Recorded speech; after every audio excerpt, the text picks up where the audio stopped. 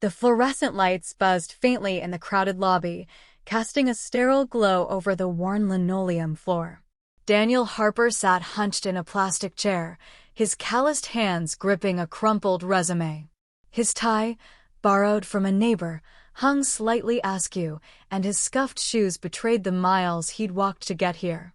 At 38, Daniel's face carried the weight of too many sleepless nights, each etched line telling a story of sacrifice for his 9-year-old daughter, Lily. Today was his last shot, a job interview at a logistics company for a warehouse position. If he didn't land this, the eviction notice taped to their apartment door would become reality. "Harper, Daniel?" a voice called. He stood, heart pounding, and followed a receptionist down a maze of hallways. The room he entered was small, with a single desk and a woman in her 50s, her silver hair pulled into a neat bun. Her nameplate read Eleanor Grayson, director. She smiled warmly, but Daniel's stomach churned. This didn't feel like a warehouse interview. "Please sit," Eleanor said, gesturing to a chair. "Tell me about yourself." Daniel cleared his throat, his voice rough from nerves. "I'm a hard worker, ma'am. Been doing odd jobs, construction, deliveries, whatever pays. It's just me and my daughter, Lily. I'm here for the warehouse position. I can lift heavy loads, work nights, anything you need." Eleanor's brow furrowed, her eyes scanning a file. "Warehouse? Mr. Harper, this is an interview for our community outreach coordinator role. There must be a mix-up." She paused, studying him. "But why don't you tell me more? What drives you?" Daniel's shoulders sagged. Wrong room, wrong job. He should have bolted, but something in Eleanor's gaze held him. "I just want to give Lily a better life," he said, voice cracking. "Her mom passed when she was 3. Cancer. Since then, it's been me and her. I'm not perfect, missed a few school plays, burned a lot of dinners, but I'd do anything for her. She deserves more than a one-bedroom with leaky pipes." Eleanor leaned forward, her eyes softening. "That's beautiful, Daniel.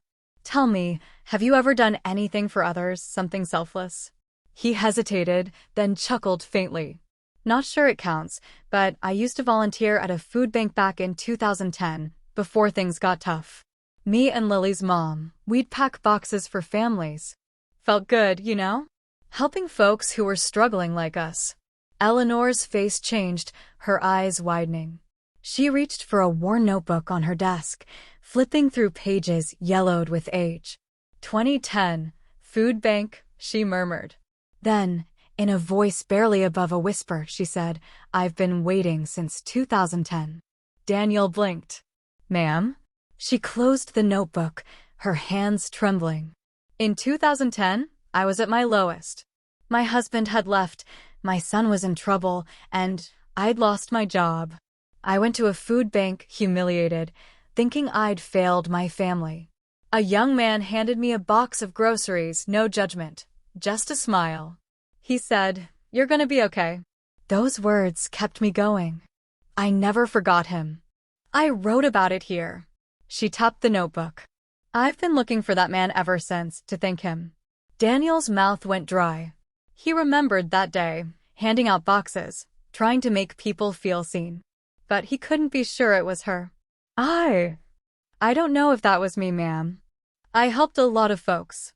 Eleanor smiled, tears in her eyes. "It was you. I'd know your heart anywhere." She stood, walking around the desk. "Daniel, you gave me hope when I had none. Now let me do something for you." He shook his head, flustered. "I'm not here for charity. I just need a job. And you'll have one," she said firmly. "Not in the warehouse here with me. The outreach coordinator role. You've got the heart for it. It pays well, with benefits. You and Lily deserve stability." Daniel's breath caught. "But I don't have a degree, or you have something better," Eleanor interrupted. "You have kindness. You've lived it. That's what this job needs." She reached out, squeezing his hand. "Say yes, Daniel. Let someone help you for once."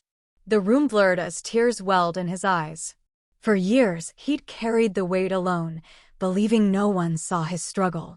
Now, in a twist of fate, a moment of forgotten kindness had come full circle. He thought of Lily, her gap-toothed smile, her dreams of being an artist.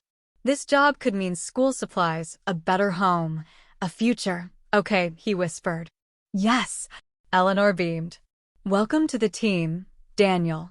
That evening, Daniel walked home, the city lights brighter than he remembered.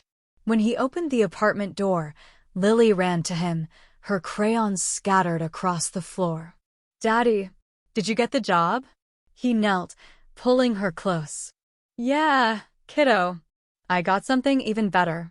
As she hugged him, he felt the weight of years lift, replaced by a warmth he hadn't known since 2010. Weeks later, Daniel stood at a community center, coordinating his first food drive.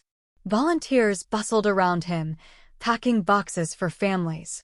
He handed one to a young mother, her eyes tired but grateful. You're gonna be okay, he said, smiling. She nodded, clutching the box, and walked away with a flicker of hope. Daniel watched her go, his heart full. Kindness, he realized, was a seed, planted in moments, growing across years, blooming in ways no one could predict. He'd been struggling, but he'd never been alone. And now, with Lily's laughter in his ears and a purpose in his step, he knew the smallest act of humanity could change a life, even his.